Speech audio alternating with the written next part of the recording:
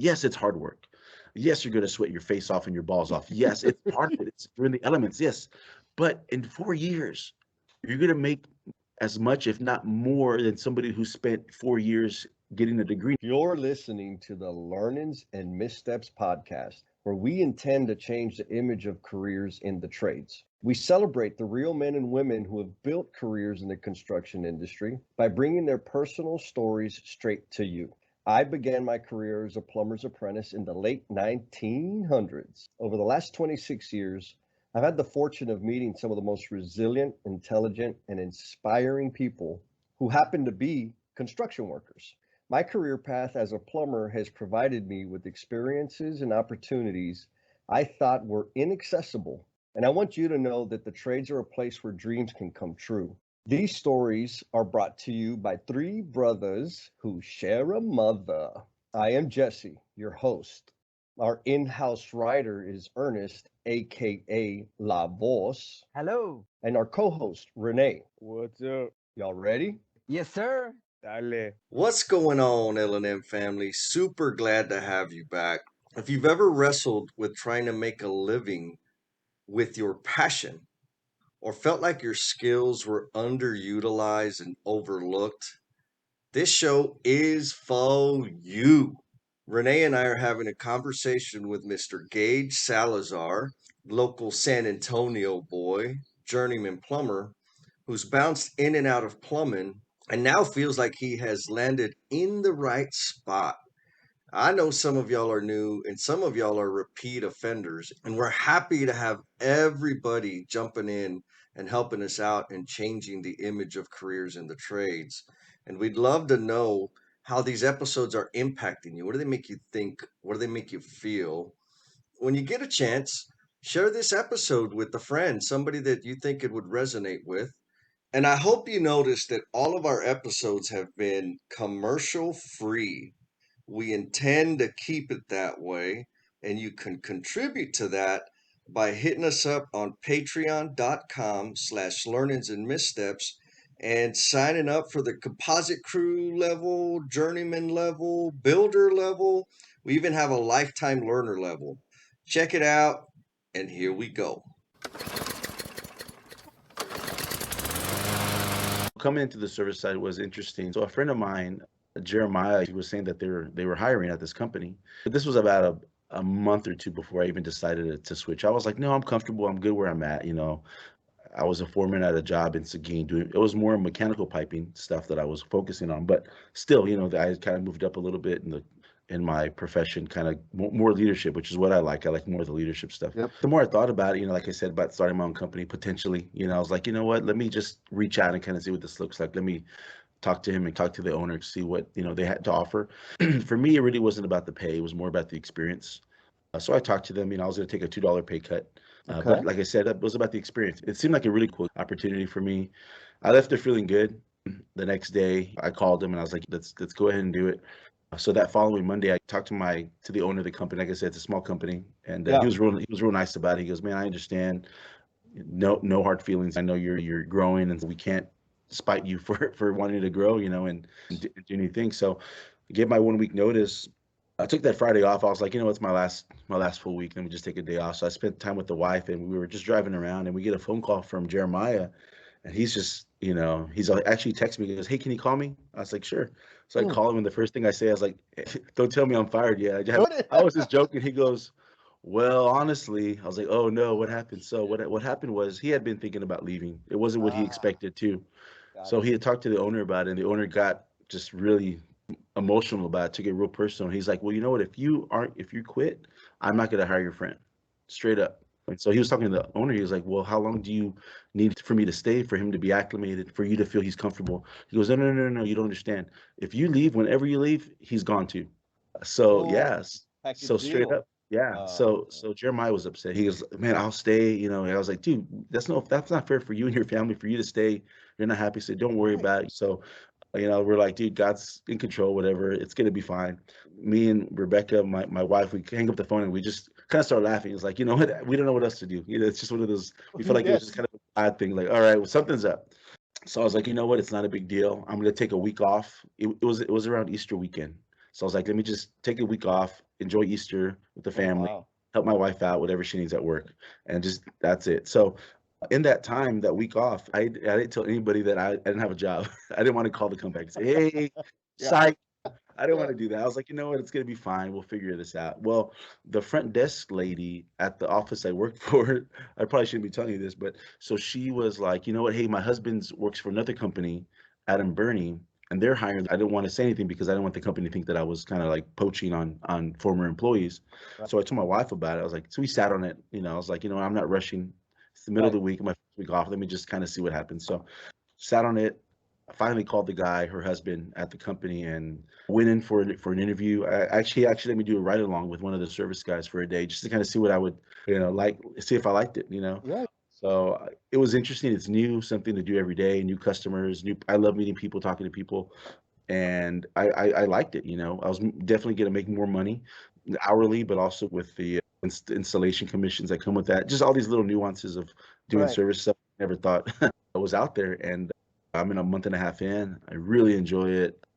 Like I said, it's fun. Everyone's real nice. It's been really interesting, kind of just how it played out. And like I said, if I would have went with the other company, I would have had to deal with an owner who's emotional, right? You can't you get catch him in a bad day, like what's going to happen with that. But I'm at a company now where the pay's way better, the environment's way better, the owners, the management are super nice. Everyone's really good at trying to build you as a person. Me coming into this, even though I have my journeyman license, this man, service and construction are two different worlds. Way different. Oh, yeah. I'm asking these apprentices a year and a half in, and like, hey, how do you do that? It's humbling, but it's like, you know what? I'm willing to look dumb and feel inadequate if I'm able to learn. You know what I mean? So that's kind of Yes. how I'm taking this in stride, and I'm just going with the flow. But anyways, that's kind of my That's journey awesome, in man. a nutshell, from construction to service. It's been fun. I'm very happy for you. And you're an amazing human being. So I'm very happy to hear that it's working out. And, you have the spirit of discernment to know, to be in a storm and say, babe, let's just chill. Yeah, There's another plan. A lot of people don't have that. And yeah. I feel like you've always had that. I mean, as long as I've known you, way back in the day.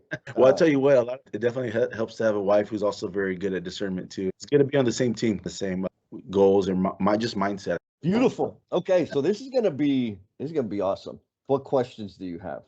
Well, I want to learn about your podcast for a little bit. I mean, I don't know much about it. I didn't get a chance to do my homework. Oh, okay, okay. Yeah, so this will be kind of like like a blind date, kind of together. Got it. I like it. Good, good. So you haven't listened to the podcast, and that's probably okay because that means you don't get demerits for not leaving a review or liking the podcast. But I will. I'll start listening to it. I'll start listening Awesome, to awesome. it. All right. Bro, so the podcast started. I mean, I'm a plumber by trade. I used to be able to speak at schools to students, to teachers, every now and then to parents about careers in the industry. Well, then the Rona hit. No more school stuff. Yeah, So that coupled with my job, because I travel a bunch, sure. like the amount of contact I was having with our youth about the careers in the industry went way, way down. I was getting frustrated by that. And really all I was doing was complaining. I really didn't do anything about it. Sure. To Madi, who's an amazing human being, sent me a message. She said, Jess, you got to check out this Danny Trejo Mm. biography. Like I trust her unconditionally. Said, okay, cool, boom. So I just uploaded it, checked it out, and I was like, oh my God.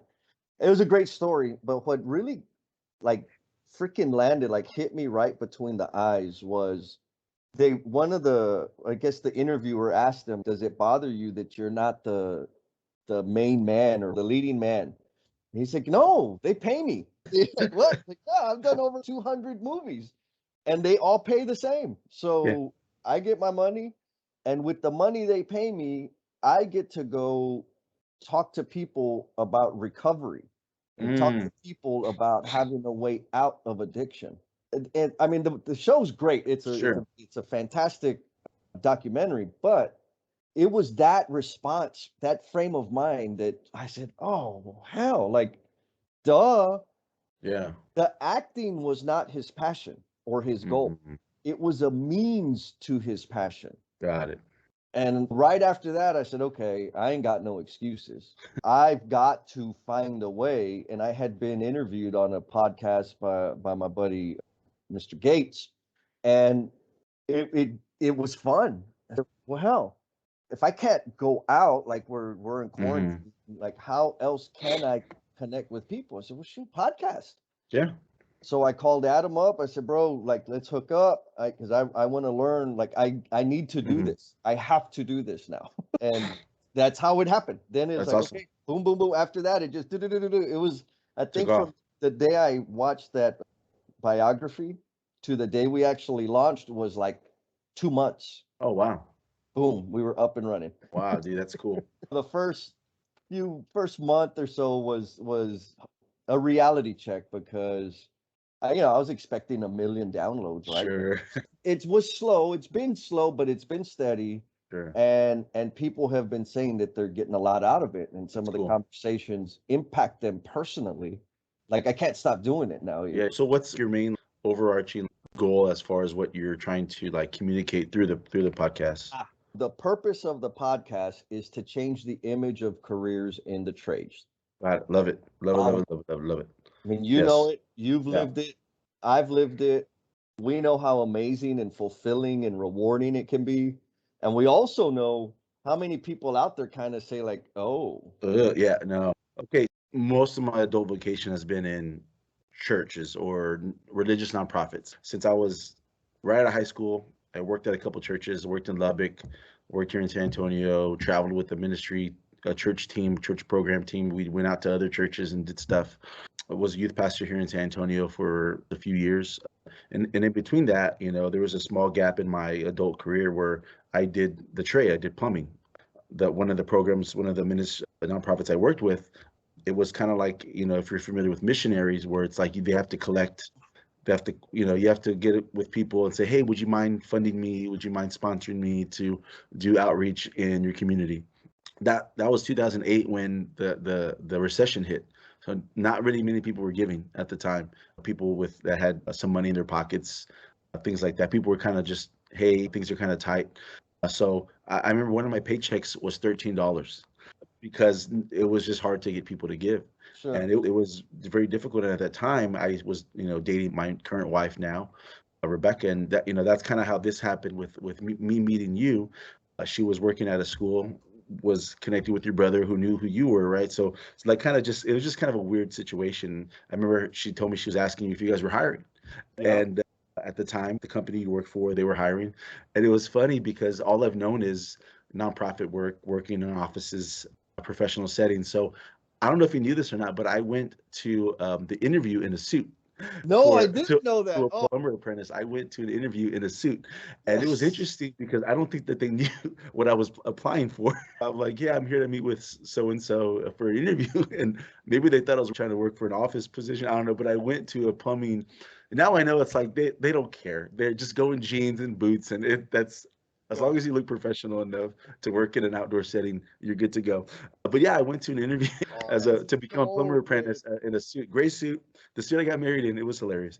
I quickly started to learn that I liked, and I guess I learned working with my hands. I've always kind of like taking things apart when I was a kid and putting things back together, but never really like connected the two until I got into the trade. And I didn't get into the trade till I was 27, 28. So I was late. But I think what helped me coming into the trade that late was being more mature than most of the other apprentices at the time, 18, 19 years old, coming straight out of high school, not willing to put in the work, or their work ethic wasn't as strong as mine. Not bragging on myself, but it's part of that maturity, right? Right. And so a lot of the foremen and yourself, y'all really pulled me towards you guys and wanted me to work on your teams because I guess y'all saw the maturity, y'all saw Right. my work ethic, y'all saw my professionalism. So I was there for about 2, 3 years, maybe 3 years. I was able to go back into what I thought was what I wanted to do, working with another church. I did that for about 5 years, and which was so. In that time, a year before I left the church, I met Jerry Chavez again. He went to the church I was at, and he's like, Oh, "Hey, really? yeah." Okay. It's just out of the blue. I saw him after Wow. church, and I was like, "Hey, what's going on, man?" He goes, "Hey, I'm working with this new company. If you ever need a job, I know you like working here. If you ever need a job, just come hit me up, give me a call." Cool, Yeah. man. I like working here. Yeah. What am I, Yeah. so a myriad of events happened where I needed to look for work. And so called him up. It was just kind of weird how it's like, hey, you need a job, let me know. And I was like, whatever, that's gonna be fine. but I needed a job after all, and called him up, and I was able to get back in the trade. And working in the trade kind of it really helped me gain more respect for that type of work. Not that I didn't respect him at first; it just wasn't something that I thought that I could see myself doing. But now that I'm back in it, it's been about 3 years since I got back into it, two years or so. But just my mind has shifted. Not that like I said, not that I disrespected the trade, but I didn't have as much respect for what it was providing to the community. Does that make Yes, sense? Does that make sense? absolutely. And so I'm coming into this with like fresher eyes, a deeper respect for what we do as tradesmen, what we do as journeymen or master, but just in general for the trade, how we provide these services for this company, for these. It's not about making money anymore for me necessarily. The money's great, right? Oh yeah. We like having a steady paycheck, but it's like what we do to serve people. I like when I get to finish a job at someone's house, or I Yep. mean, before that, even the construction side, looking at my work and like, man, that's really cool. I tell my son this too. What we do is a lot of sometimes the piping is exposed, and people can see your work. People are going to be Yes. able to look up and say, man, Who did that? that's a representation of who you are as a person. I Mm, feel because absolutely. that's your signature, right? That's who you're leaving your Hmm. mark at. So if it looks like crap, or you don't take as much time and respect, or you don't take as much time to look at the details. I like details in a sense, but that's what you're leaving behind. You know what I mean? Oh, it's Mm. gonna be behind the wall. It doesn't matter. Like I'm looking at it right now. The foreman's gonna look at it. The project manager might come out and look at it. The inspector's gonna come out and look at it. You know what I mean? So I'm trying to teach that to my son too. It's like, man, that's your signature. Whenever you do a job, like what you leave behind, that's what people are gonna think that you are as a person. So, I do look at a lot of younger guys, and I'm like, man, like even some kids at my church. I'm like, I think he might not be a great plumber, but he might be good at a trade. I'm kind of like I'm excited about what you're wanting to do because I'm like, man, like I want to get young people excited about the trade. Yes, it's hard work. Yes, you're gonna sweat your face off and your balls off. Yes, it's part of it. It's doing the elements. Yes, but in 4 years, you're gonna make as much, if not more, than somebody who spent 4 years getting a degree. Not that that's wrong, but it's not for everybody, right? Right. But my brother used to say this. He's a motivational speaker. He used to say, college isn't for everybody, but education is. Yes. Educating yourself. So like, Yes. I maybe didn't go to college, but I learned a lot from just mistakes and experiences and being part of a workplace where I had to learn, the harder way. But even in the trade, you're learning on the job, you're learning from other people, you're learning from possibly going to classes to get you're learning. That's an education you can take with you. And after 4 years, if you choose to get your license, you're gonna make a lot of money doing it. Yeah. But at the same time, as I grew, it was a service that I was able to provide and saying to a customer, them looking at the work and them turning the handle, it works. My Yeah. toilet flushes, I have hot water again. It's small things, but it's an impact you're making in them because you're making them get back to their normal life. Right, you're making them feel like okay, I can breathe again. Customers like, oh, I can finally take a hot shower. They were taking a cold shower from the freeze still because they didn't have hot water. I don't go home and like, yes, giving myself a birthday party every day because I gave someone hot water. But it's like this feeling that you get like I was able Yeah. to provide for them a service and they feel back to normal. And so Yes. I like that because I think about the same thing too. It's like how can we bring the education of what trades can provide, not just for the individual to make money, but it's like a bigger, like you said, the overarching, a bigger idea of like what you provide to the community. It might not be plumbing. Like you could be an electrician, you can be a frame, whatever that is, but there's something bigger that you can do for yourself. And for me, it was a longer journey. I don't know if I want to start my own company one day, but I do know that I like plumbing. I never Yeah. thought I'd say that because I pushed my wife could tell you I pushed back on the idea of being a plumber. Maybe I thought I was above it a little bit Hmm. because I did professional work for most of my life. I was like, I could do the work. I know I could do plumbing. Maybe you saw Yeah. it too. It wasn't something I saw myself doing long term. It was kind of a It was. detour for a Yeah. It was moment. a job. It was It a was a job. pause. But Yeah. but now I could see it as a career. I could see Yeah. it as something that I could do long term. We try to give as much as we can with our finances to other organizations. And so the more money that I'm able to make, it means that we're able to give more. You know what I mean? We're able to give to friends who need it or other nonprofit agencies that need money. Things that we see that people sometimes we go to restaurants and we'll leave a larger tip for a waitress. So it's just things that we're able to do more with our money. We see it as a bigger picture thing. It's not just money for ourselves and what we can do for ourselves, but it's like, man, what can we do for other people? And the trade has allowed us to do that. If she chooses to be a stay-at-home mom, which is what I wouldn't wanted to give her for a while, just to be here to stay at home and be with the kids more. And I think from the respect for the trade has helped me get there. It's not just a job anymore. It's respecting the trade and respecting what you provide for customers. Because if you respect the trade and you show that you can do a good job, your managers will see that.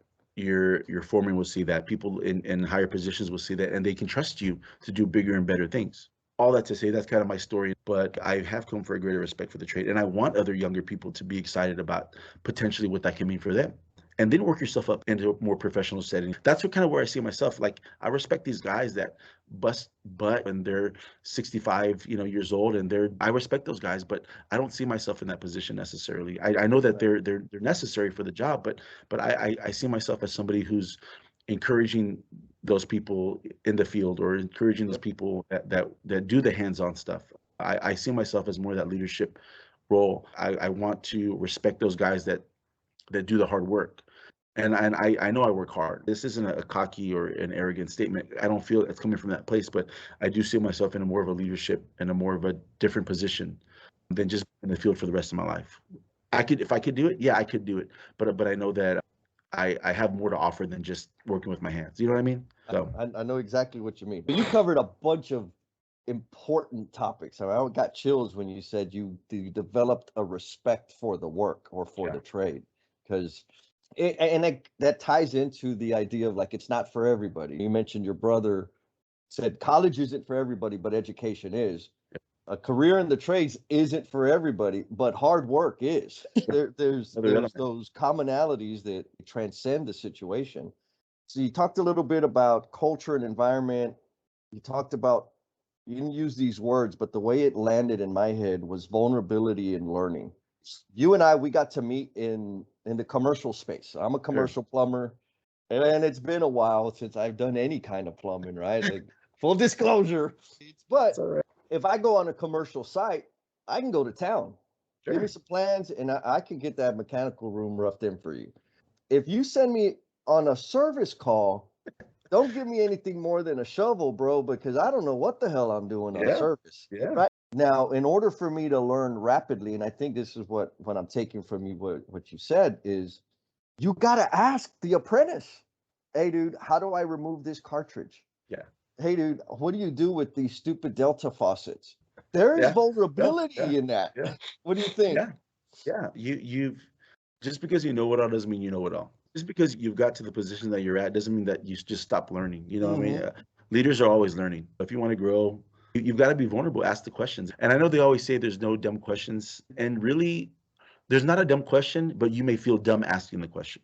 But that's okay, because after the question, you get an answer and you're gonna learn from that. I'd rather ask the question than assume and Yep. make a bigger mistake. Oh, We used to laugh about this with my wife because we go to HEB, the grocery store, and I would ask this a customer service person, "Hey, where do I find this?"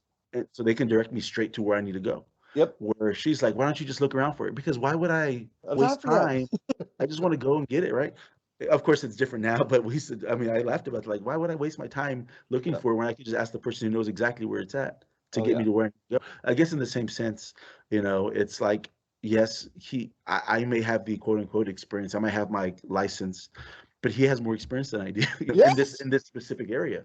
And so you've got to be vulnerable if you want to grow, and it's being humble. Kendrick Lamar said it best: "Be humble, sit down." So it's like being humble and knowing that you can always learn from somebody who may not have the title that you have, but definitely has the more experience. And so every day, there's always something to learn from Yeah. you. From I'm calling this guy like probably more than he wants me to, but I like I said, I don't want to make a bigger Hmm. problem than what's already there. I don't want to have something blow up on me if I can just learn how to take it apart correctly. Just talking to somebody who has more experience than I do, Absolutely. learn about septic tanks and septic systems and pumps and stuff that I don't.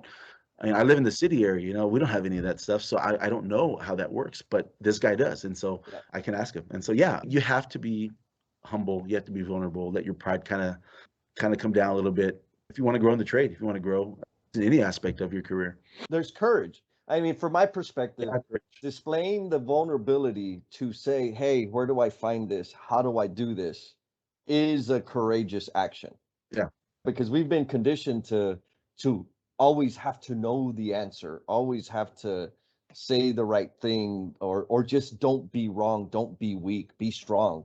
What do Yeah. you think is how? And well, I was thinking about it. I wonder, I don't know if that's a cultural thing or if that's just kind of like a cultural meaning like based on your ethnicity, or if it's just more of a machismo, like overarching, this is just a guy thing. No, I got it. I'll figure it out. Right.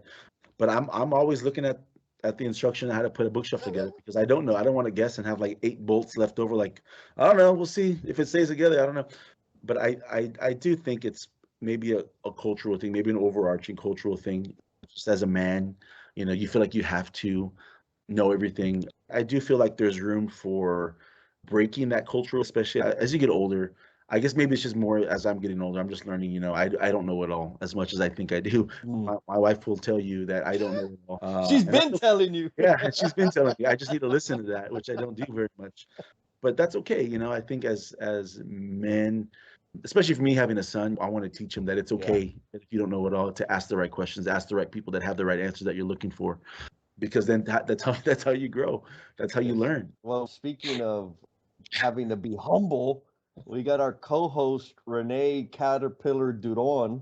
Rene, this is Gage.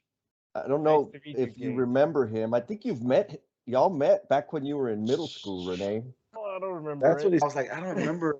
I was working with the after school program at Tafoya.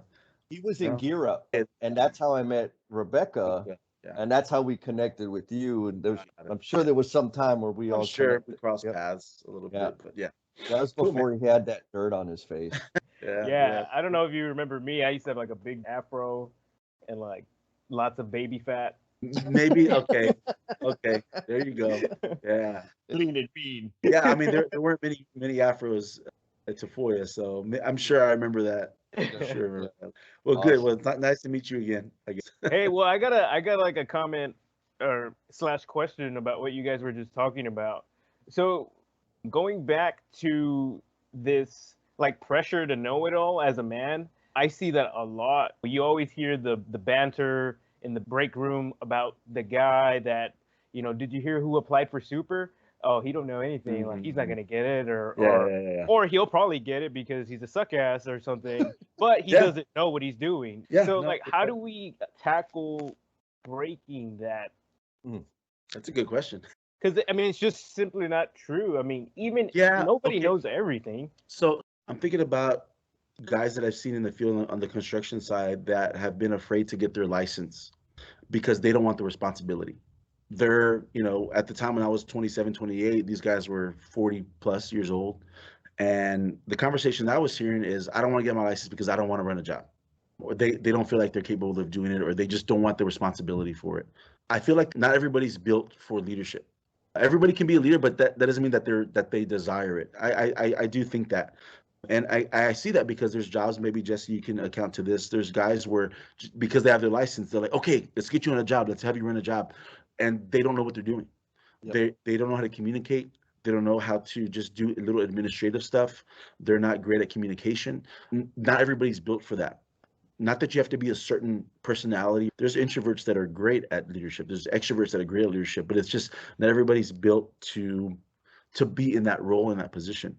And I think about those guys that are, oh, he's just a mamon or whatever, whatever they say. And I mean, I see that. I've seen guys that they do a lot of this to get in the position that they're in. But what I found is that sooner or later that catches up to them. Oh yeah. Sooner or later you can do this, but at some point you've got to perform. At some point this has to stop, and your hands got to get to work. You got to prove what you say that you're able to provide. So I'm very cautious that what I say I'm able to do, and I want my work to speak for me. So there's guys that are like, oh, he's just a kiss ass or whatever. He's a mamon. I think sometimes we can get jealous of guys that are willing to take that step of building themselves to be better. I guess it's that bully syndrome where you're going through something and so you take it out on somebody else. You know what I mean? Maybe that person is feeling that they're not capable of doing something, or they're like, man, I wish I was able to step out like he was to ask for the position, but I'm not there yet, or I don't think I can do it. And so they'd rather make them feel less than, or they might talk crap behind their back because they don't want to admit their own self-doubt. There could be a couple of things why that happens and takes place. Not everybody is confident in being in those roles. So people that feel like that, I think there's a place of jealousy, or a place for jealousy, and a place for talking crap about somebody because they're jealous that they're willing to take that step. May I give my opinion? I mean, you're gonna do it anyway. It's a big problem. Sure. And I think, Gage, you talked about it being a cultural thing, a machismo thing, an industry thing. Like, yes, all of the above. It's all of those things. Yeah. And so it's so pervasive that in my head, the way to change it is one pair of boots at a time. I've got to display the behavior that I'm seeking. Yeah. And so the people I spend time with, those are the people I have the most influence over.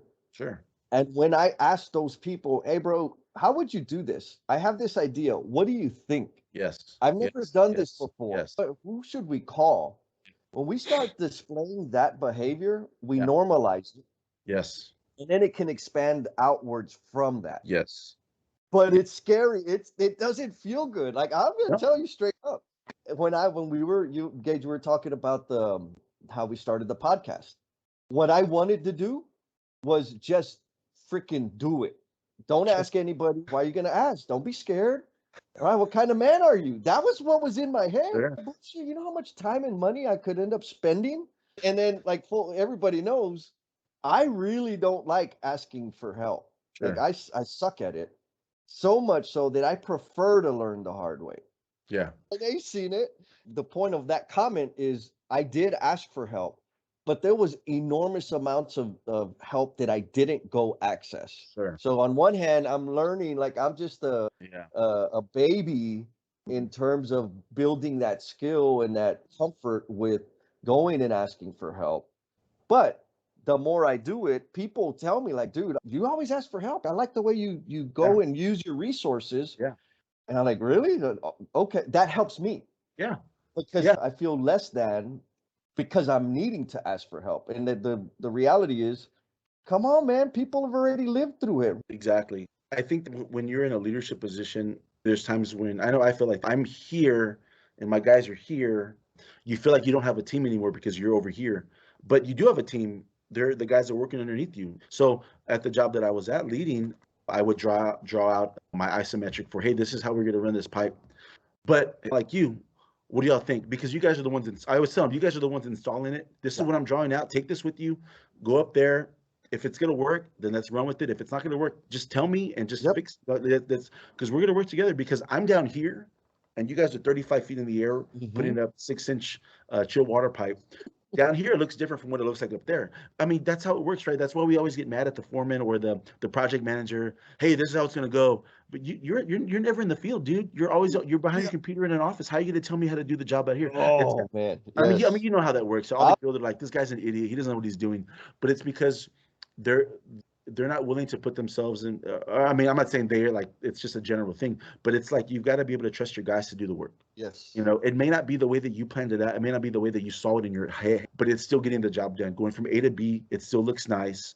And these guys, like I said, they're the ones installing. They're the ones that are up there doing the work. They can see it differently than you can. You're using their experience, like you said. You're using their knowledge and their know-how also, because you got to trust them. You can't do the work all by yourself. You mentioned early in the conversation, Gage, how we were working together way back. In my head, I remember us being at Cole's call center over off of Westover Hills, and how a lot of us were pulling on you, like, hey, giving you attention. And it's because you had a presence. I mean, you still do. You spoke professionally. You were really, like, very mature, relatively speaking. And what I mean by that is I'm a big screw up, right? And you were like you said, you came into an interview in a suit for an apprentice role. Like, hell yeah, that's baller level. Now, what I want to say this for you and also for the L&M family out there, what was apparent was that you had a hunger. And what I mean by hunger is this is something my dad planted in my head, right? He would talk about, and a lot, you probably heard it, maybe you've even said it. A lot of us like to complain about the next generation. They don't want to get their hands in it. And I bet money, every generation before us said the same thing. I guarantee Right? you. Like, probably. come on.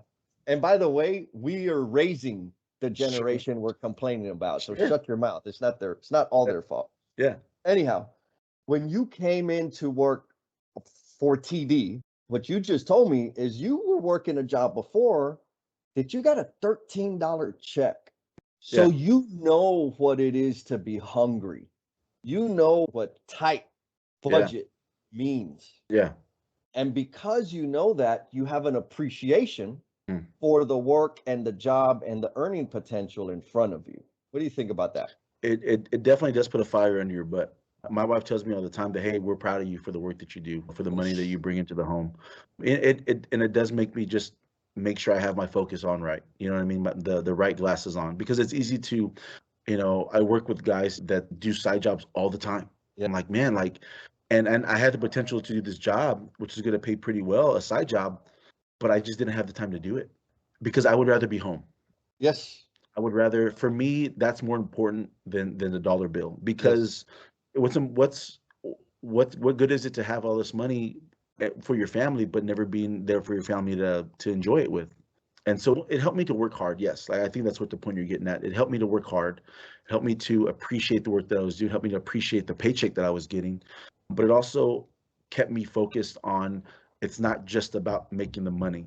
Yes. For me personally, it was about being able to make the money to put us in a position where I don't have to work side jobs all the time. So Yes. especially now, I'm making more money, and this job, I was like, I don't have the time. Two, it's going to be a lot of extra time away from home, and like, you know what, it's not worth it. And what's funny is my wife she follows this thing on Facebook, and it was just after I told her, I was like, I'm going to call the guy and say I can't do it. It's just, I just not able to do it. She saw this like post, and it was just kind of what we were talking about, like having perspective and putting what's important, not focusing just on the dollar you're making, but your family is more important than that, because you can lose your family at any moment, and are Oh you yeah. going to regret the time you have with them? But not having definitely helps you to put some things in perspective. And it did help me to be more professional at work. Around that time, the recession was happening, and there was a lot of guys not working. So I did appreciate the fact that I had a job, because Yeah. I knew that there was guys, you see them downtown right there by Oh the, yeah. they're waiting for work. You drive by in a car, they think that you're looking for work, and they're like, hey, hey. Yeah. So I did appreciate that. And it was humbling to know, man, I got to work hard, because I want to keep this job, because there's a lot of people that aren't working. That did help me to focus and be professional as best I could at the jobs that I was working on, because not that I was afraid, but I know that at any time things can happen. You can lose a job. I mean, it's just part of life. I mean, last year with the Rona, right? A lot of Mhm. people lost their jobs. So it's just appreciating what you have and holding it as dear to you as possible, and making sure that you give people the reason to hold on to you. You give your company a reason to say, you know what, we're gonna go with the next guy Right. because we think this guy is worth holding on to. Oh man, I worked with James Dopide, pipe fitter. I was his helper for a little while, and he would always tell me, and I didn't understand it at the time, but what you just said stirred that memory. He would always say, "Jess, you don't earn your job on the last day." Like, Yeah. what the hell are you talking about? What's what you said? You earn your job, your position, your role in the company every single day.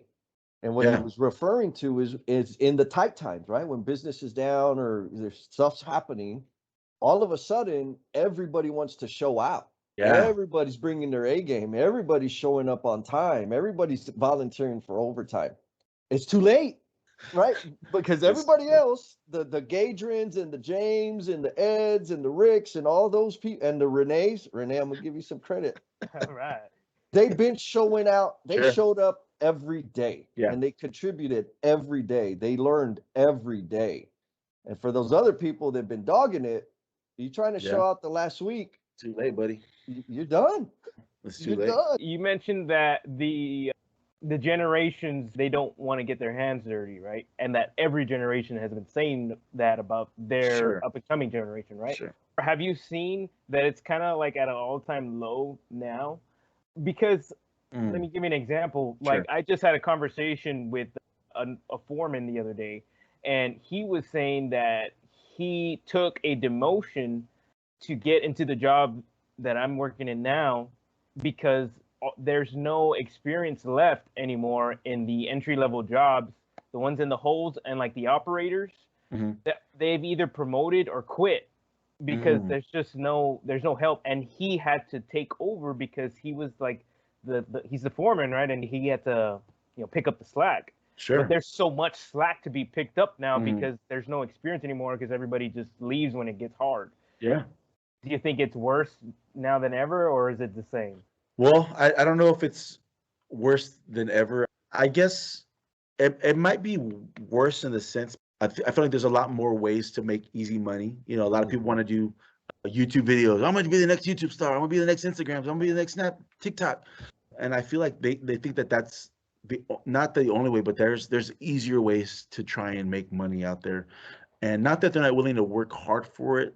They're not willing to work hard in the ways that matter, like a trade or, you know, going to college. I used to listen to this podcast a lot more. How I Built This. It's by Guy Raz. He interviews businesses that have made it, like Tom Shoes, this popcorn company called Pipcorn. How did y'all start? And and a lot of it is we just worked. He asked them the question he asked them all the time is like, is it work ethic? You worked hard, or do you think you made it because of luck? And all the time they always say it was because of my hard work. I was willing to sacrifice whatever I could to make this happen. There was parts where things just took place and by happenstance things worked out. They met the right person. Those are, but they wouldn't have been able to meet the right person and be in the right position if they weren't able to work hard on the front end to get to where they needed to be. And I think it boils down to hard work. I think a lot of people, they're not willing to put in the hard work because they think that they want to make $60,000 right off their first job. You have no work experience, dude. Like, where are you going to make $60,000 from? Like, how do we know you're 60,000? You're worth 60,000. They have this false reality, and I think a lot of it is because they have these. There's a lot more opportunities to make easy money nowadays, and I think that's the only way to be rich. That's the only way to make money and be in a comfortable position. And like I said, I don't know if got worse. I just think there's more opportunities to make it easier for them to think that they don't have to work as hard. They don't have to get sweaty. They don't have to build calluses on their hands. They don't have to get burnt by solder. They don't have to, have a pipe burst in their face. So my son, where he's 10, we want him to learn plumbing. He doesn't have to be a licensed plumber, but we want him to learn a trade because that's going to come in handy when he's in college, potentially, and he wants to make some extra cash for himself. Hey, I can fix your toilet. Hey, I can fix this and this and that. But you have to be willing to put in the work. And we want him to understand, and even our daughter to understand, like, things don't come easy all the time. You have to work to get where you want to be, and eventually the right opportunity will show up for you. That's my answer to that. I don't know if it's worse, but I do think there's opportunity for people to think that it's easier for them to make money nowadays. So I feel like there's like this trending mindset too. For example, people I've worked with, they got the job, and they have this, like you said, like this maybe false reality of how you can be making money doing less somewhere else. Mhm. And they say that this work is too hard and we're not getting paid enough, and they are adding these responsibilities on us, and we need more money if you want us to do that. Yeah. Do you think there's any accuracy on that? Like, should people be getting paid more? Like, for example, if a job evolved, right? Mm. And let's say you were doing everything on paper, but now you have to use a laptop, log everything on Microsoft Word or whatever, turn it in for your daily report. Should this person be getting paid more because their work has changed? I think you have to prove yourself first. So the foreman position that I was in recently, about a year or so ago, I didn't ask for a raise. I just went from being an installer to a foreman because for me, I couldn't ask for something that they didn't know that I was good. I was worth the dollar amount for. This was a year and a half in the making. My goal was to wait for the end of the job before I asked for anything because I wanted them to know what I can produce before I asked for what I thought I was worth. I don't think that it's fair just because you're doing quote unquote more responsibilities that right off the bat you can ask for more money. I think sometimes companies want to see what you're willing to do, what you're willing to produce. Like if you're even willing to do the job, if you're even willing to go out of your way and say, you know what, I'm willing to learn or I'm willing to take a risk. Not that they're always testing you, but I do think they want to see, okay, she is worth this much. Let's see how she reacts to having more responsibilities. Let's see how he reacts to giving him a little bit more of a different kind of role. Hey, can you take on this little task? I think that eventually the raise will come. I do think if you work hard, the pay will come. I do think also if you as an individual believe that you're worth that dollar amount, then you're willing to put your pride aside for just a moment to work in this quote unquote new role, advancing technologies or whatever that is, to just see if you're willing to do the work. I do think that you've got to prove yourself a lot of the times first before you can ask for a dollar amount. And I do think that, like you said, oh, I'm doing it. I feel like iPads make things a lot easier sometimes, than having to sit down and write. I hated having to write my daily reports, having to do this. The iPads just make it a lot more functional. But you got to prove yourself, man. I mean, that's just for me what it boils down to. Prove yourself first, and then be willing to ask for a bigger paycheck. What I don't would you know. say to like a disgruntled employee? Like if you're a foreman, Sure. and I ask these questions because I hear them and I'm getting groomed to become a A foreman foreman. myself. Yeah. So I gotta prepare myself to answer these questions wisely. Like people are, it's trending big time in my company. Like the younger generation, the entry level employees that just got the job, or maybe they're 1-2 years in, they're asking these tough questions like, hey, they're asking us to do more than what they did last year, but they don't want to give us money. They have to understand it's a business. Businesses are about making money. I worked in an organization where they downsized. They told the people, hey, we're letting go X amount of people. This is what we're asking everybody to take on in the new role. You can do this. If not, no hard feelings, but if you choose to leave, you can leave. And it's okay. It's okay. But if you're willing to get behind the mission, if you're willing to get behind the purpose, if you're willing to get behind why the company exists, and you're willing to like, you know what, I'm willing to take on more because I love this company. I love what they do and what they provide for me and my family, how they treat their employees.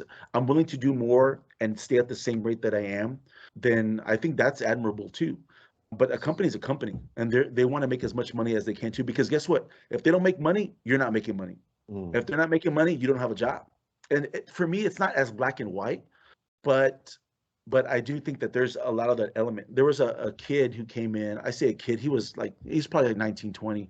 He was a pipe fitter, and he's brand new to the company. I don't know what he said to the company to get in this new pipe fitter role. He obviously did not know anything about what he was talking about. We asked him, "Hey, have you ever done underground piping before?"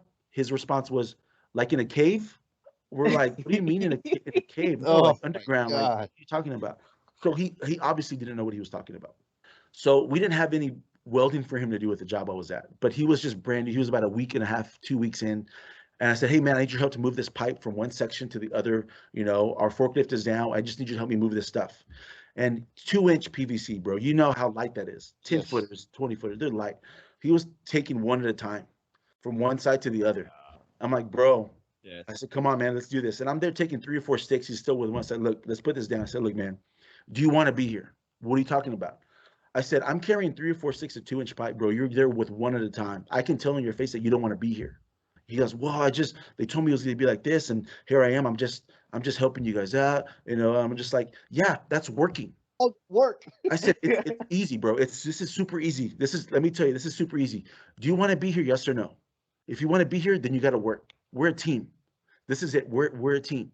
I said, "I need you as much as I need the other guy. And right now, because we don't have any welding, I need you to do this job. If you don't want to be here, just leave. It's okay. No hard feelings, bro. But if you're gonna be here, I need you to work." And I told him just flat out because I could see he was frustrated. I asked him to do work, he'd roll his eyes, or he like, whatever, just mosey around like Eeyore, the donkey on Winnie the Pooh, just taking his time.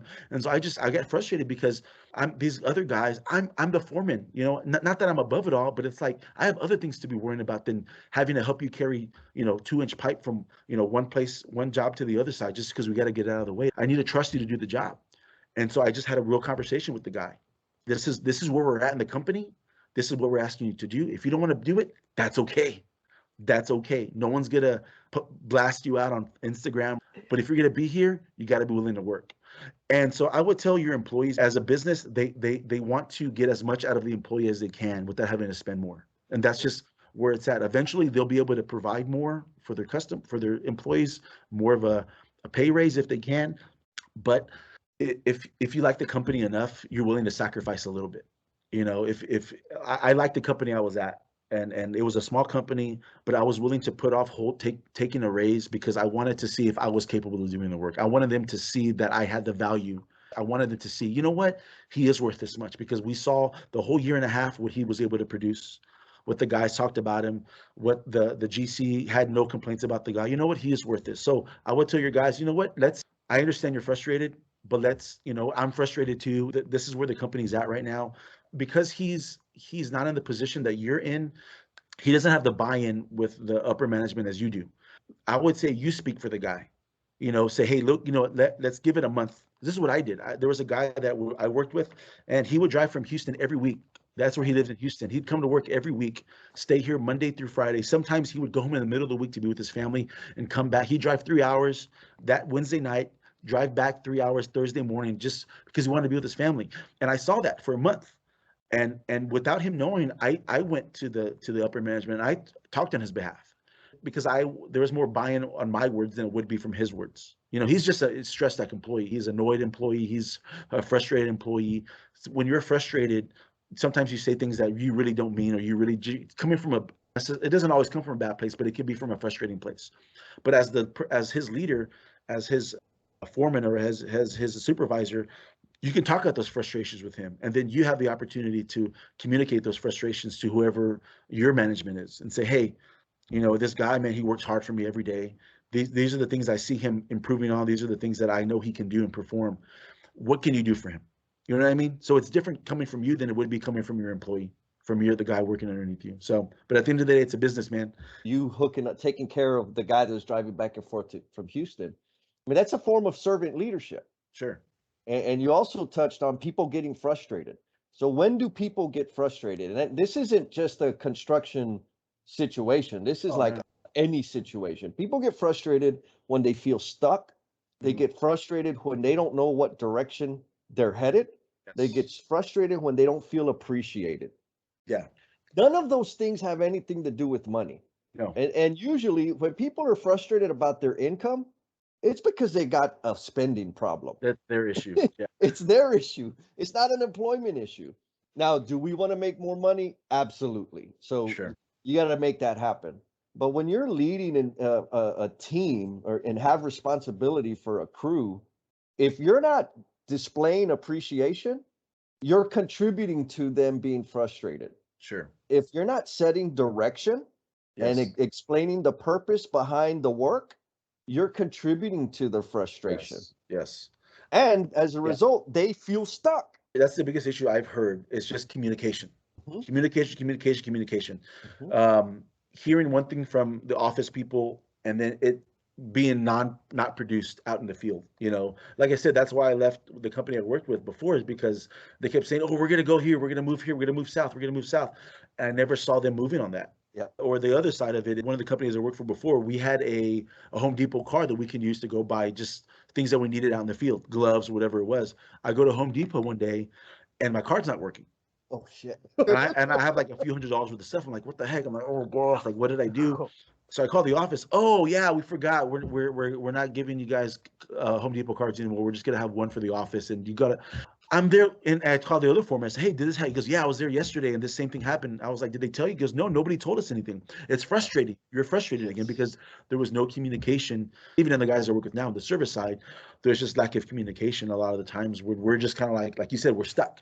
Yeah. I don't know what to do. What's next? What do we do? I don't know. Nobody said anything. So yeah, I totally agree with that. Yeah. 100%. They don't give you the resources to execute and achieve success, and then come and bitch at you because you're behind. Yeah. That you don't get to do both of those things. Yes, exactly. You do not get to do both of those things. On the service side, my first few weeks were frustrating. And so there was a merger that happened. So they were working through a bunch of kinks already. And they told me that early on, hey, we're working through a lot of issues. Just be patient. That's cool.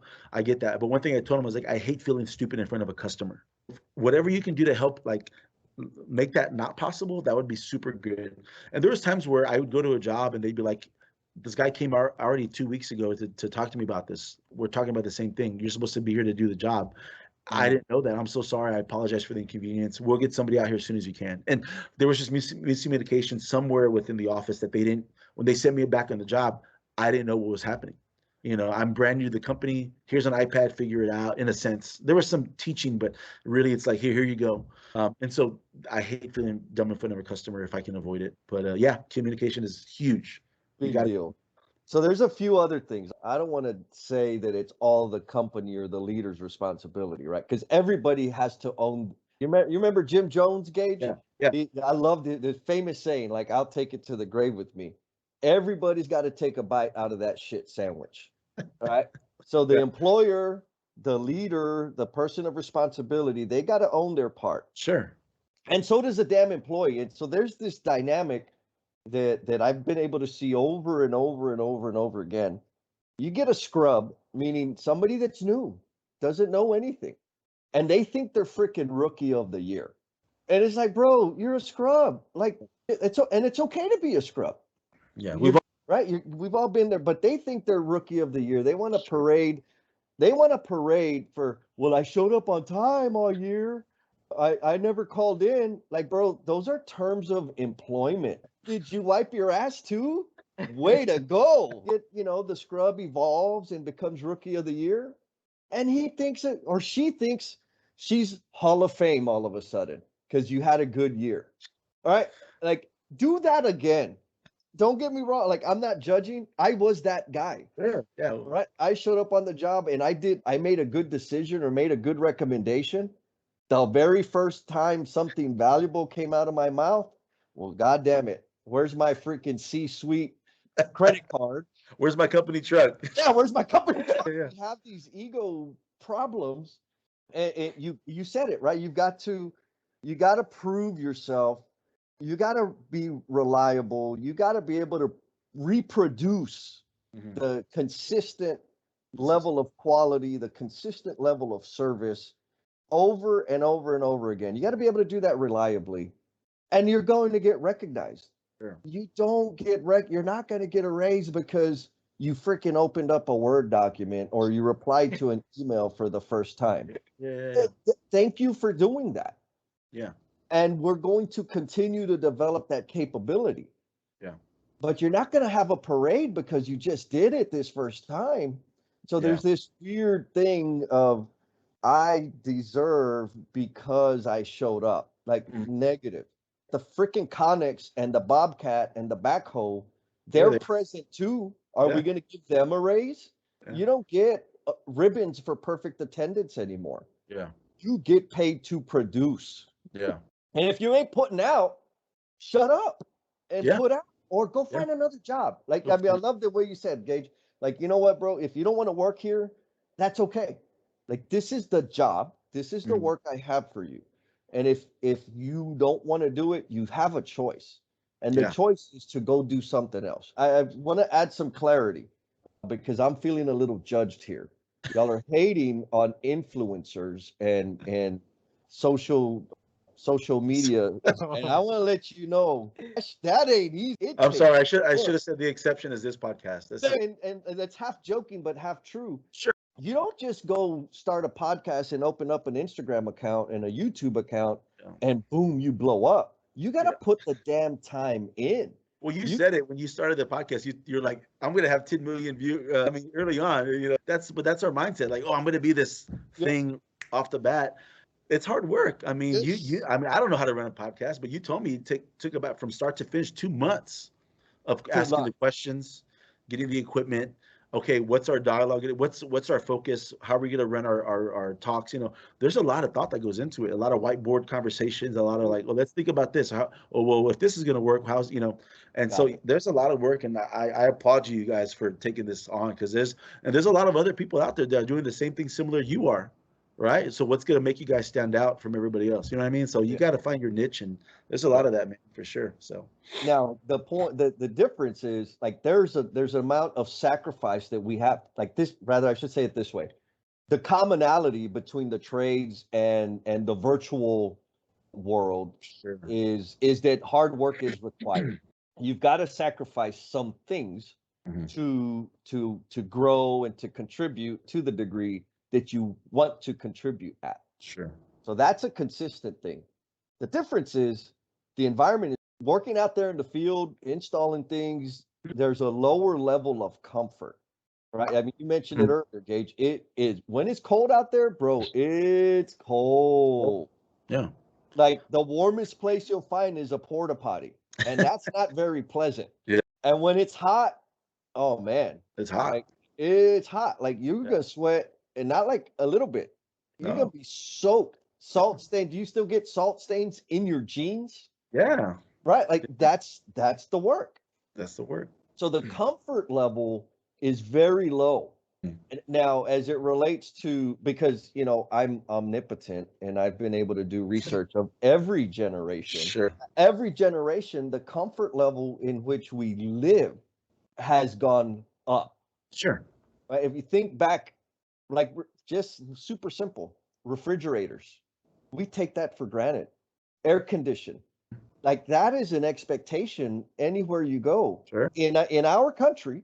Yeah. If you don't have a refrigerator and you don't have AC, like what the hell is going on? Sure. And we're maybe a generation or two away from people that did not have a refrigerator. And absolutely, air condition was like a big, you Yeah. only got that when you went on vacation. You didn't have that at home. Yeah. But fast forward to now, we have these amenities that have become commonplace and elevated our need for comfort, which I think has absolutely contributed to Mhm. maybe That's a I good don't want point. to do a job in that industry. And then, so that taking the bite out of the shit sandwich, you know, adults complain about kids always playing on, social media and they're on Phone. their phone. And it's like, well, you know what? I don't know any kid, I don't know any 9-year-old that's got a job that can buy to make the money to buy the damn phone, to Mhm. pay for the service. Like, stop complaining. You Yeah. Yeah. Yeah. Yeah. We're part of the problem. own your part. Oh, yeah. My rant is over. We go there. That's good. So Gage, you gave us beautiful background on you came into the trade. We got to work together. You broke my heart. You left. Then you came, and I'm really happy, man. I was like cruising Facebook, and I saw Rebecca posted about your journeyman license. I was like, oh my god, like I didn't even realize you were back in the trade, Mhm. and I was very happy that you were back. Like I said, man, because you had it, right? You got Mhm. skills. Clearly, you've been a foreman. Now you're running a service truck. Your EQ, your appreciation and respect for people absolutely is going to make you successful as a service plumber. Like Mhm. those are the skills that people don't talk about. You Mhm. think you just got to know how to plumb. Like, no, you also got to learn how to listen and Yeah. be respectful and take People skills. Yeah. the people skills, man. You got to have that too. So again, like I say, I'm very pleased that you're back in the industry. You found meaning in the work, which I've always known that it's there. And I think your message is going to help a lot of people see a different way, see it through a different light. What I'm curious about is what were your earliest career aspirations? Well, I mean, going back to my story is, I really thought that I would be working in a religious nonprofit for the Okay. for the rest of my life. I love working with teenagers. It's a passion of mine and Rebecca's too. Like we just love that generation we're talking about. There's potential there, and it's harnessing that and navigating that and showing them that it's not just about what you do, but it's about how you do it. There's a higher Mm, purpose and stuff like that. So we love that opportunity to do that if we can. So that's what I thought I was going to do. But going back to what you talked about earlier, Danny Trejo, what he did acting and getting the paycheck allowed him to do the thing that he really wanted to do. Rebecca and I, we have these, outlandish goals that are very big, but it's like, well, we feel like this could potentially be a means to be able to do what we want to do. You yes. know, our aspirations are just to serve where we can. Rebecca loves to give, and she's Yeah. probably the most giving person that I know. And she won't ever really ask for anything in return. Anything that we can do, if we have the money to do it, she wants to give, or even if our time, she wants to be able to go out there and serve. That's just her heart. And sometimes it's hard to catch up. Sometimes it's hard to, I'm like, I just want to sit down. I want to relax today. But it's something that she just has this desire to go out and serve and stuff. And so I want to be a part of that. We want to do that together. So I think my aspirations were small compared to what I see now Mm, that we can contribute to our community. I wanted to just be about myself. I wanted to do this thing. I wanted to, but it's like no, like this is what we can do together. And the plumbing and the job opportunity and being able to make a little bit more money allows us to have a bigger picture in what we can do to provide to our community. And so I never saw plumbing as an aspiration. I never saw the trade as an aspiration that I saw when I was younger. I never did. It mm, was something I never thought about. But now that I know I'm okay at it, it's like okay, I can see myself doing it. I tell my guys all the time, the guys I work with, I'm not a great plumber. I'm not. I can do it, but there's guys that they see it and they oh just know yeah. how to do it. They're quicker at it. Takes me a little bit longer, but I know I'm better on the leadership side. That's Hmm. more my strength. I'm better at building a team, working together, But like you said, but what do y'all think? Like, Yeah. where do you see it? That's more my strength. I'm a good plumber, but Yeah. I'm definitely not the best, and I'm okay saying that because I'm not. But I do know that my aspirations are to be in a position where I can be of a leadership role in the trade that I love. I love doing plumbing. I never thought that I'd say that, but I Yeah. really enjoy it. But I know it's a means for me to be able to do something bigger on the other side of that. So Yeah. Same here. I mean, I briefly describe what my role is. I mean, I'm a podcaster now, right? I'm an amazing big brother. very humble too. I'm a, Very humble, very humble. I travel the country, advise people on helping make their day suck less. sure, All of that is a result of me having been a plumber. sure, Choosing a career in the trades helped me discover the gifts and talents that I've been blessed with yeah. and help me develop them to contribute at a greater level.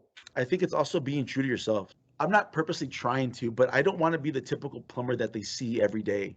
A guy that just comes in, like, pants hanging off his butt, like Mhm. not that I'm coming in with like a nice shirt. I mean, I have to wear a uniform, but it's easy to be somebody you're not, especially in the field, Yes. because you're trying to build camaraderie with the guys. And I saw that in myself. Like I would act a different way when I was in the field, and Hmm. I'd act a different way when I was having to be in the office with the foreman and with the general managers. I wanted to be I wanted to be this myself, regardless of where I was at. I was Yes. out of town this weekend at a graduation in Vermont, and we had a chance to hang out with some of the other parents. I was just there as a friend. We're supporting our friends. Their daughter graduated, and I met this guy who was in the banking industry, very wealthy guy, and I'm just there being myself. Yep. Talking about what I do, and my wife's there looking at me. She tells me, she goes, "I love that you're yourself wherever you go." Yes. Because that's a big part of it. People can tell when you're being fake, but people also want you they also want you to be genuine. I'm not trying to be someone I'm not wherever I go. If I'm in the field, I'm going to be the same way. I'm going to speak to you the same way that I would, if I'm talking to a bunch of guys that have less experience than I do or have less of an quote unquote education than I do. But it doesn't mean that I'm bigger or better than anybody. Like I want to be who I am where I'm at. And I think Jesse, for you being who you were, no matter where you were at, I think allowed for the opportunities to present themselves because you weren't Hmm. afraid to be that person. Like you're able to be a podcaster, you're able to talk to people, and I think if we're afraid to be ourselves everywhere we go, like we're never going to be able to be the person that we were created to be. Mm. And so I Oh think yeah. I think you being genuine allowed you to be able to work your way up and allow you to do the things that you're able to do. Talking to people isn't easy. Yeah. It's not. If that's something you're good at, then just be good at it and just do the thing that your strength. There's a book called Strength Finders. It tells you stop focusing on trying to strengthen your weakness, strengthen Hmm. your strengths. You're supposed to build a team to help you with those weaknesses. You know what I mean? We spend so much time trying to strengthen our weaknesses, but they're weaknesses for a reason because we can't be good at everything. Right. It's finding the ladies and the other people on your team to help you in those weaknesses. And I think that that's something that I tried to do is when I was a foreman. It's like these guys are better at it than I am, and Oh how yeah. can I utilize their strengths where it makes us all look good? Because I can't do it all. My strengths are the administrative side. My strengths are getting the materials they needed and getting them to be successful. But on the installer side, I might be slower than this guy. Yep. I can still do the work, but this guy, he just sees it. He knows what he's got to do and just run with it. Okay, here's so I set him up for success. Jesse, I know that's something you try to do too, is Yep. try to develop these people that you go in and the guys in the field and the guys in the office. How can we work as a team with our strengths and utilize people to help with our weaknesses? Well said. So looking into the future, Gage, and I would imagine that your answer is probably going to be pretty damn profound. What fingerprint do you want to leave on the world? Fingerprint on the world. Mhm. That's a big one. It was funny. I've been trying to think about that question ever since you kind of gave me a little hint about some of the questions. Yeah. I think for me, maybe a couple things, but Mm.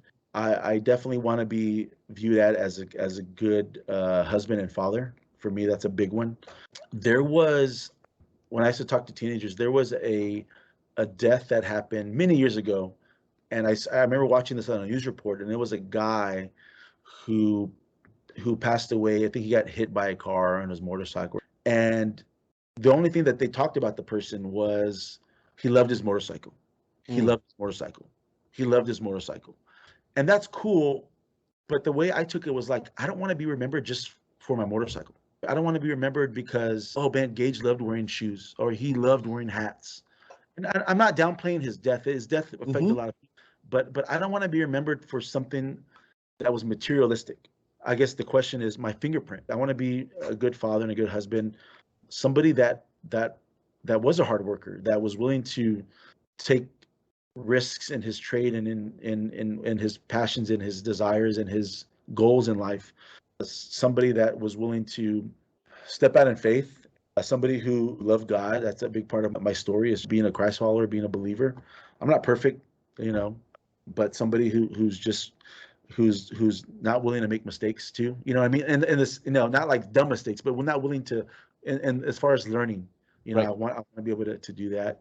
Man, Jesse, that's a big question, man. I think there's a lot there, but I just think I want to be remembered more for how I gave than what I was able to receive. I think that's a big part of probably my journey is, or part of what I want to feel my story is, what I was able to contribute and give, rather than what I was able to take from the world around me. So yeah.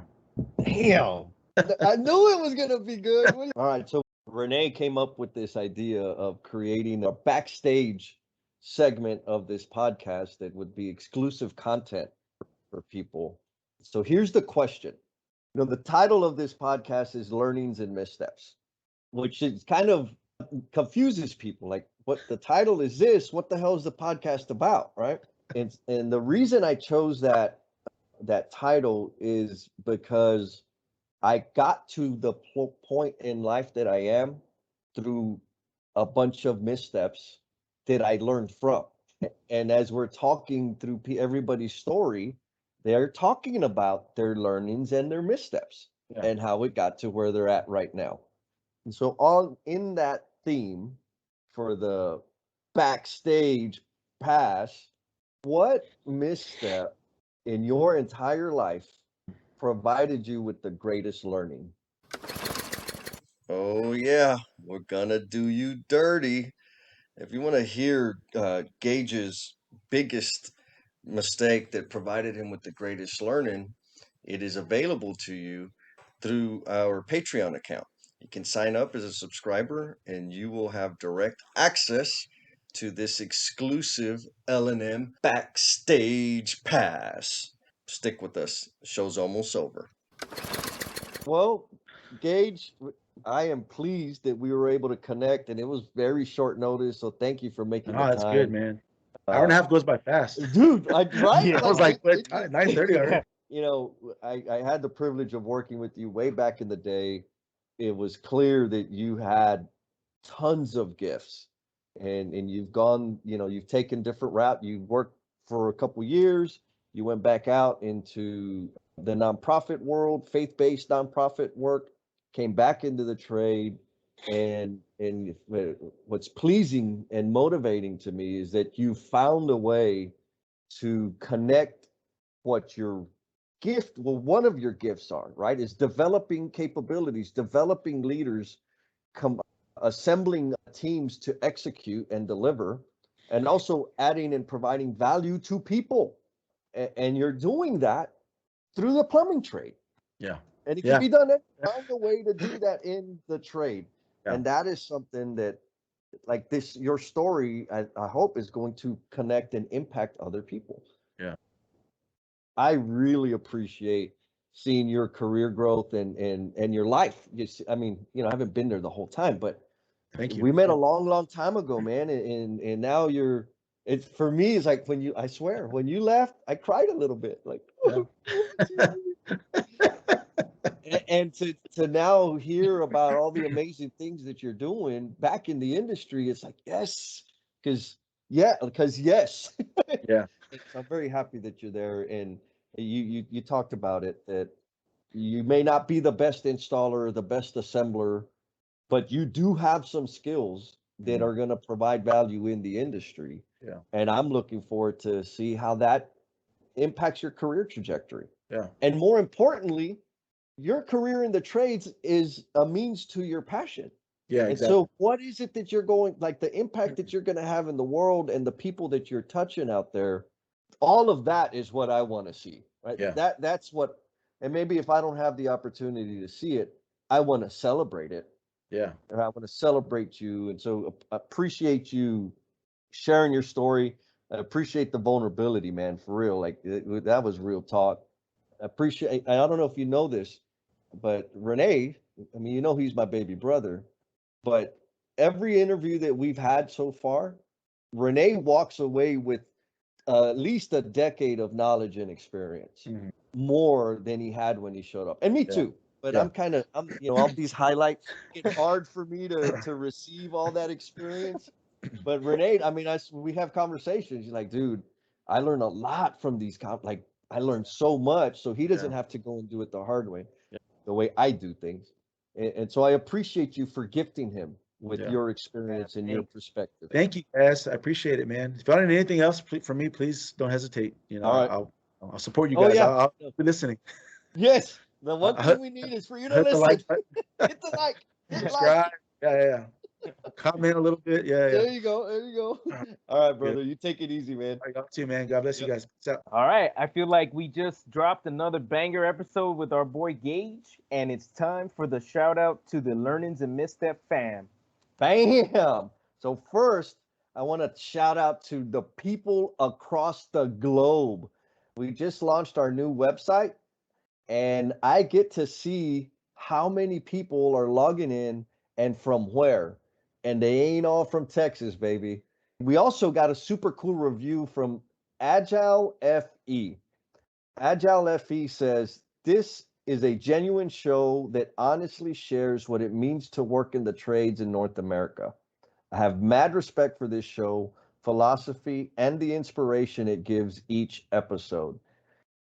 Like, you're giving us way too much credit, man, but we'll take it. We appreciate it. And thank you for listening to the show. And for the rest of the L&M family out there, leave us a review. Let us know what we're doing right, what we can do to improve, and how we're making your day better. Be cool, and we'll talk at you next time. Man, you are one dedicated listener, sticking with us all the way through to the very, very end. Please know that this podcast dies without you, and we invite you to share how the episode's impacting you, along with your thoughts, questions, and suggestions. You have been gracious with your time, so we added social media links in the show notes to make it super easy for you to connect with us. Be kind to yourself, stay cool, and we'll talk at you next time.